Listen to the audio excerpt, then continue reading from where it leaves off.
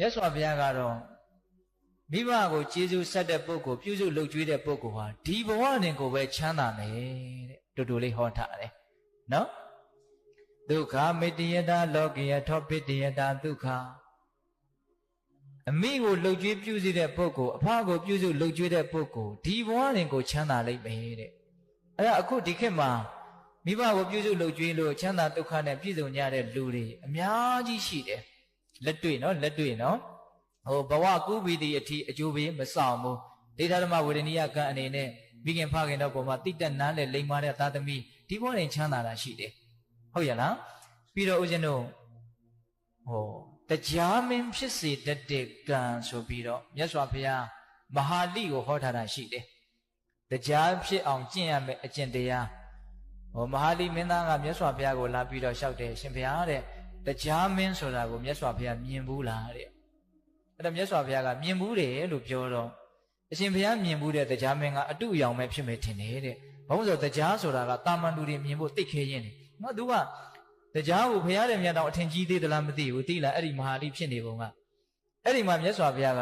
မဟာလိကိုပြောတယ်တရားမင်းကိုငါမြင်လဲမြင်ဘူးတဲ့တရားဖြစ်အောင်ဘယ်လိုလုပ်ရမယ်ဆိုတာလဲငါကောင်းကောင်းသိတယ်တဲ့တရားအကြောင်းကအကုန်လုံးသိတယ်အဲ့ဒီမှာတရားဖြစ်အောင်ကျင့်ရမယ်ကျင့်စဉ်ဆိုတာထဲမှာမိခင်ဖခင်ကိုကျွေးမွေးရမယ်ဆိုတာတစ်ချက်ပါတယ်ဟုတ်ရလားဒါဦးဇင်းတို့မိဘနဲ့ပတ်သက်ပြီးတော့စုဆောင်းထားတာလေးပေါ့လေပြီးတော့သုဝဏသမ္မဇတ်ထဲမှာမိဘကိုပြုစုလုပ်ကြွေးတဲ့ပုဂ္ဂိုလ်များနတ်တွေကတောင်ဆေးကုတယ်လို့ဒါရိုက်ပါဠိတော်ထဲမှာဟောထားတာရှိတယ်အဲ့ဒါပြီးတဲ့ဘောင်တော်ကောင်းတို့ကိုယ့်ဘဝမှာအခက်အခဲအကျက်တဲတွေဆိုတာတစ်ခါမဟုတ်တစ်ခါတွေ့ရတတ်တယ်နော်ကျမ်းမာရေးအရာအမျိုးမျိုးသောအရေးတွေကြောင့်အစင်မပြေတာတွေတွေ့လာရင်ငါမိဘအပေါ်မှာစိတ်ကောင်းနှလုံးကောင်းထားတယ်တတ်နိုင်သမျှပြုစုတယ်လုပ်ကြွေးတယ်အီမန်တဲ့သစ္စာစကားကြောင့်အစင်ပြေပါစေပြည့်တယ်မကောင်းဘူးလားအေးကိုယ့်ဘဝမှာအစင်ပြေမှုတွေရနိုင်တယ်နော်နတ်တွေကတောင်ဆေးကုတယ်လို့ပြောထားတယ်ဟုတ်ရလားအေးပြီးတော့ဦးဇင်းတို့ဟောမင်္ဂလာတရားဖြစ်တယ်တဲ့မိဘကိုကျွေးစုပြုစုလုပ်ကြွေးတာဒါကတော့ပိဿတို့အလုံးသိပြီးသားပါအဲ့တော့မင်္ဂလာဆိုတာဘာတုံးဆိုတော့မကောင်းမှုကိုဖယ်ရှားပြီးတော့ကောင်းမှုတွေကိုတိုးပွားလာစေတဲ့သဘောအဲ့ဒါကိုမင်္ဂလာလို့ခေါ်တာမဟုတ်လား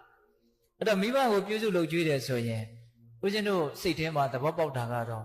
တေချာပေါက်ဒီပုဂ္ဂိုလ်ဟာနောင်တအေးလိမ့်မယ်နောင်တရစရာအကြောင်းမရှိဘူးငါလှုပ်တဲ့လှုပ်ထိုက်တာကိုလှုပ်ခဲ့တယ်ကြည်နူးမှုဝါတာမှုအပြည့်ပေါ့နော်မိဘနဲ့သားသမီးရဲ့ဆက်ဆံရေးမှာ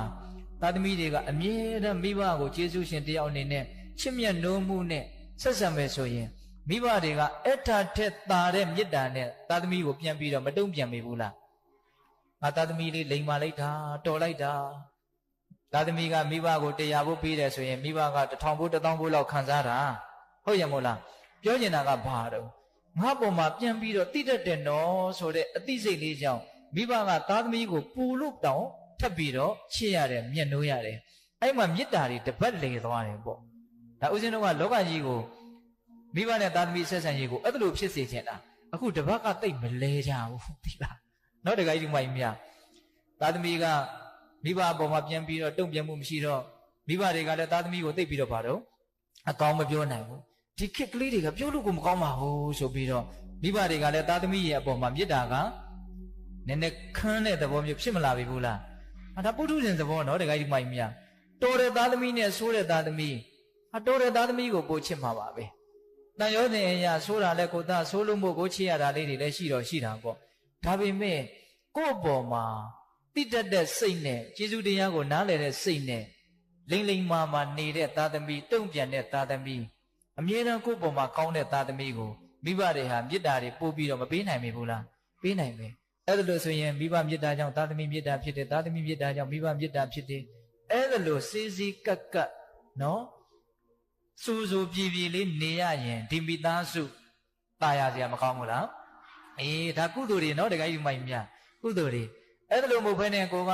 ပြန်လဲတုံ့ပြန်မှုသိမ့်မရှိဘူး6ကက်ကက်နဲ့ဟုတ်လားမိဘပေါ်မှာမကြည်သလိုကြည်သလိုလုပ်နေရင်မိဘကဘယ်လိုနေမတော့မချစ်ဘူးတော့မဟုတ်ပါဘူးသို့တော့အဲ့ဒါကြီးကိုမြင်ရတာမိဘတွေရဲ့စိတ်ထဲမှာကြည်နူးမှုရှိမလားမရှိဘူးအဲ့တော့မိဘတွေကလည်းသားသမီးတွေကိုတွေ့တိုင်းတပြစ်တောက်တောက်နဲ့ပြောအဲ့မှာသားသမီးနဲ့မိဘရဲ့ဆက်ဆံရေးကဘလို့ဖြစ်တော့ဘလို့မှအဆင်မပြေဘူးသားသမီးကလည်းမိဘကိုနားလည်းမပေးဘူးမိဘကလည်းသားသမီးကိုနားလည်းမပေးဘူး ဟုတ်ရလားအဲ့ဒါလိုတယောက်တယောက်ကိုနားမလည်ဘဲနဲ့ဒီလိုနဲ့မဖြစ်လို့သာအတူတူနေရတယ်နေခြင်းလွန်းလို့ဆိုတဲ့စိတ်ကတိတ်ပြီးတော့မရှိဘူးမကောင်းတော့ဘူးเนาะတခိုက်ဒီမိုင်းများဟုတ်ရလားဒါကြောင့်အဲ့ဒါမျိုးတွေမဖြစ်အောင်မေတ္တာတွေတပတ်လဲသွားအောင်မိဘကျေးဇူးကိုသိမြင်နားလည်ပြီးတော့ချိုးသားတဲ့စကားအေဂျင့်တဲ့မေတ္တာတက်နိုင်တဲ့မြတ်ပြုစုယူရပြီးတော့ဖေးဖေးမမနေမယ်ဆိုရင်မကောင်းဘူးလားကောင်းနေဒါကျေးဇူးဆက်ခြင်းရဲ့ကျေးဇူးသိခြင်းရဲ့အကျိုးတရားတွေဘယ်သူညင်းနိုင်မလဲမညင်းနိုင်ဘူးဟိုနောက်ဘဝကြမှာရမယ့်အကျိုးကျေးဇူးတွေဘာတွေဦးဇင်းတို့သိမပြောဘူးနော်တခါယူမိုက်များဟုတ်ရလားအေးဒီဘဝတင်ကိုပဲအေးအေးချမ်းချမ်းမရှိပေဘူးလားရှိမယ်ဒါကြောင့်မိဘရဲ့ကျေးဇူးကိုသိမြင်နားလည်ပြီးတော့ဟောအ ਨੇ ဆုံးကျေးဇူးသိတယ်ဆိုတဲ့စိတ်ဟာအင်မတန်ချမ်းသာတဲ့နူးညံ့တဲ့စိတ်တစ်မျိုး